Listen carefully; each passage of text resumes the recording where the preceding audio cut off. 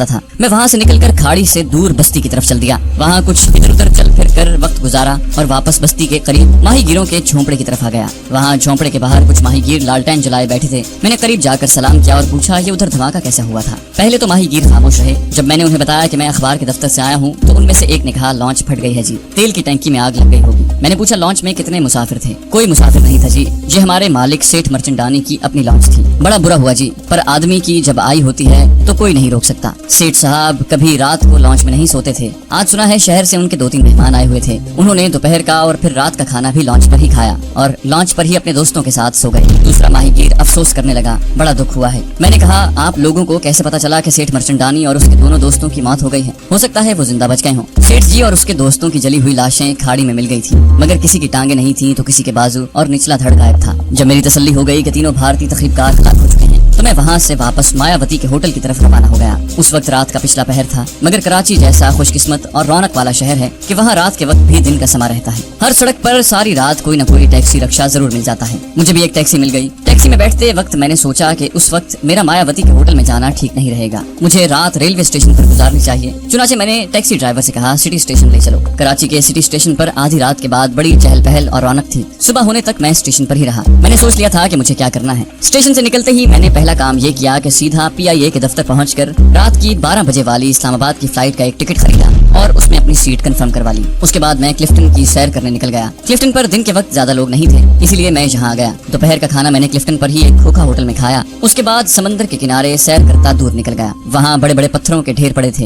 एक ढेर के पास बैठ गया और मायावती को ठिकाने लगाने के मंसूबे पर गौर करने लगा। एक मंसूबा मेरे जहन में खाके की शक्ल में आ गया था। उस पर मजीद गौर किया। आखिर यही मंसूबा महफूज किया और काबिल अमल महसूस हुआ और उस पर अमल करने का फैसला करके क्लिफ्टन से टैक्सी लेकर शहर के एक रेस्टोरेंट में आकर बैठ गया। मुझे शाम तक का वक्त गुजारना था। जब शाम हो गई तो रेस्टोरेंट से निकलकर मायावती के होटल की तरफ चल पड़ा। मुझे वहाँ से किसी से पूछने की जरूरत नहीं थी। मैं सीधा होटल की दूसरी मंजिल में मायावती के कमरे की तरफ आ गया। कमरा बंद था। एक बावर्दी वेटर करीब से गुजरा तो मैंने उससे मायावती का पूछा। उसने कहा वो नीचे किचन में गई थी, मैं वहीं जा रहा हूँ। अगर वहाँ हुई तो उसे ऊपर भेज दूंगा। मैं वहीं नीम रोशन राहदारी में टहलने लगा। थोड़ी देर में मायावती आ गई। वो होटल की वर्दी में थी। उसका चेहरा बता रहा था कि वो कुछ परेशान है। मैं समझ गया कि उसे क्या परेशानी हो सकती थी, क्योंकि उस रोज के अखबारों में खाड़ी में एक लॉन्च में धमाके की खबर शाया हो चुकी थी। वो जो सवाल कुदरती तौर पर मुझसे करने वाली थी, मैंने उसका जवाब पहले से सोच रखा था। उसने आते ही खामोशी से अपने कमरे का दरवाजा खोला और अंदर चली गई। मैं भी उसके पीछे कमरे में दाखिल हो गया। उसने दरवाजा बंद कर दिया और बोली सर आपने आज का अखबार देखा है? मैंने बेनियाजी से पूछा क्यों, कोई खास बात हो गई है क्या? उसने कहा सर मर्चेंडानी की लॉन्च में धमाका हुआ है रात को। उसका कुछ पता नहीं कि वो जिंदा है या मर गया है। मैंने भी अदाकारी करते हुए कहा ये कैसे हो सकता है, इन लोगों से कोई गलती हो गई होगी। मायावती कहने लगी मर्चेंडानी असलहा अपनी लॉन्च पर रखता था, किसी की गलती से उसमें आग भड़क उठी होगी। मैंने कहा यही तो मैं कहता हूँ कि ये सारे नाअहल लोग हैं। इन लोगों को इनकी हिमाकतों की वजह से भारत को फायदा कम और नुकसान पहुँच रहा है। मायावती कहने लगी सर कल आप किस वक्त मर्चेंडानी से मिले थे? मैंने कहा दिन के वक्त मिला था। मुझे तो शक्ल से ही वो गैर जिम्मेदार आदमी लग रहा था। खैर अब क्या हो सकता है, जो होना था वो हो गया है। अगर मर्चेंडानी लॉन्च में मौजूद था तो उसका बचना मुश्किल है। लॉन्च में बारूद का धमाका हो तो कोई नहीं बच सकता। मायावती ने कहा मैं शाम को मालूम कर लूंगी कि मर्चेंडानी जिंदा है या नहीं। उसने जल्दी से बिस्तर ठीक किया और बोली सर आप थके हुए लग रहे हैं, यहाँ लेट कर आराम करें, मैं आपके लिए कॉफी लेकर आती हूँ। मैं बिस्तर पर लेट गया और कहा हाँ तुम ठीक कहती हो, मैं वाकई आज थक गया हूँ। कई एक जरूरी काम निपटाने थे, मैं अभी कॉफी लेकर आती हूँ। वो दरवाजा बंद करके चली गई। इस औरत को ठिकाने लगाना मेरे लिए कोई मुश्किल काम नहीं था। एक बार दिल में ख्याल आया कि इस औरत को छोड़ दूं, इसे हलाक न करूं। लेकिन जब इस नुक्ते पर गौर किया कि अगरचे इसके सारे तकरीबकार साथी हलाक हो चुके हैं, लेकिन इंडिया से दूसरे तकरीबकार आ जाएंगे और आते ही इससे राब्ता कायम करेंगे और ये औरत फिर से पाकिस्तान के खिलाफ अपनी तकरीबी सरगर्मियां शुरू कर देगी, तो मैंने फैसला कर लिया कि इस औरत को ठिकाने लगाना बहुत जरूरी है। ये काम मैं रात के वक्त करना चाहता था, इसलिए मैंने कराची से इस्लामाबाद की रात की फ्लाइट में सीट बुक करवाई थी,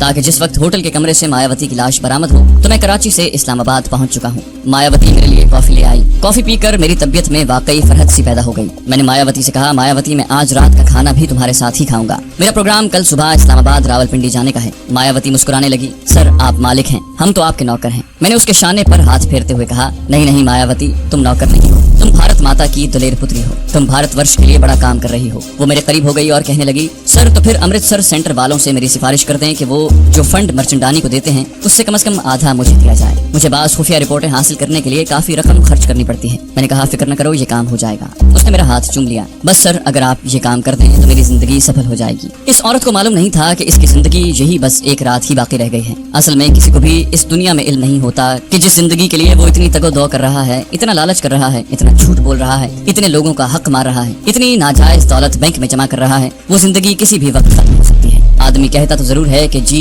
जिंदगी का कोई भरोसा नहीं, लेकिन हकीकत में उसे यकीन होता है कि वो कभी नहीं मरेगा और हमेशा जिंदा रहेगा। अगर मायावती को किसी तरीके से मालूम हो जाता कि मैं उसे रात के वक्त कत्ल करने वाला हूँ, तो वो कभी मुझसे अपनी जिंदगी के लिए और खुशहाल प्रोग्राम का जिक्र न करती और मुझसे इमदाद की कभी तालिब न होती। लेकिन ये भी अपनी जगह पर हकीकत है कि जिंदगी की रौनक उसी वजह से कायम है कि इंसान ने मौत को भुला रखा है। उसे मौत याद नहीं, उसे हर वक्त यही यकीन होता है कि दूसरे लोग मरेंगे, वो नहीं मरेगा। जो लोग अपनी मौत को अपने सामने देख लेते हैं, जो लोग अपनी मौत के हाथ में हाथ डालकर चलते हैं, वो लोग कभी किसी को धोखा नहीं देते, कभी रिश्वत नहीं लेते, कभी किसी का हक नहीं मारते, वो कभी किसी चीज का लालच नहीं करते। ये लोग सिर्फ इसलिए जिंदा होते हैं कि अल्लाह ने इनके ज़िम्मे इंसानियत के आला कदरों को आगे बढ़ाने का जो काम लगाया है, उसे जिंदगी के आखिरी लम्हात तक अदा करते रहें। ये लोग सिर्फ अल्लाह का हुक्म बजा लाने के लिए जिंदा होते हैं। इनका चलना फिरना, सोना जागना, कारोबार करना, दुनियादारी करना सिर्फ अल्लाह के वास्ते होता है। ये लोग दुनिया के सबसे ज्यादा खुश लोग होते हैं और यकीन करें इस दुनिया की हकीकी रौनकें इन्हीं लोगों की वजह से हैं। मैंने मायावती से कहा फिक्र न करो, सब ठीक हो जाएगा। वो मुस्कुराती हुई उठी और कहने लगी मेरी ड्यूटी थोड़ी देर में ऑफ होने वाली है,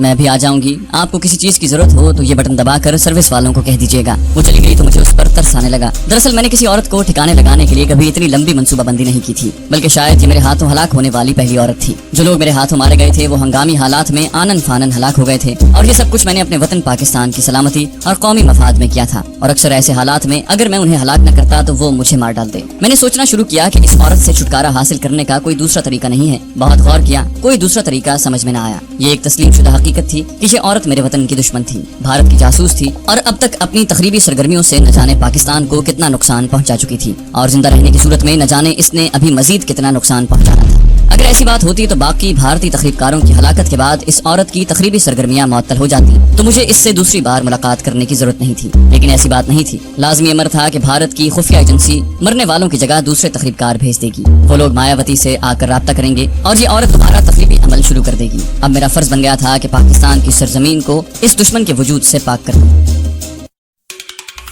दोस्तों, जाने से पहले आप लोगों से इतनी गुजारिश है कि इस मुश्किल वक्त में जब ये एक वबा दुनिया में फैली हुई है, कोशिश कीजिए कि इस बात को सीरियसली फॉलो करें और कोशिश करें कि ज़्यादा मजमे वाली जगह पर मत जाएं, ज़्यादा लोग इकट्ठे मत हों। ये बात बिल्कुल सच है कि अल्लाह पर यकीन होना चाहिए, लेकिन उसके साथ साथ हमें अपनी एहतियात करना बहुत ज़रूरी है। हो सकता है कि जो जवान लोग हैं उनको इससे असर न पड़े, लेकिन जो बच्चे और बूढ़े हैं शायद हम उनकी ज़िंदगी को खतरे में डाल दें। तो आप सबसे गुजारिश है कि इस कोरोना वायरस के इस मुश्किल दौर में ये कुछ दिनों की बात है, कोशिश करें कि अपने घरों पर रहें, लोगों से कम मिलें और हमारी वीडियोस देखें और उनको एंजॉय करें। और अगर आपको हमारी वीडियो अच्छी लगे तो उसको सपोर्ट कीजिए, उसको लाइक कीजिए, उसको शेयर कीजिए और जब तक अगली वीडियो नहीं आती आप इसी वीडियो को बार बार देखिए। बहुत शुक्रिया।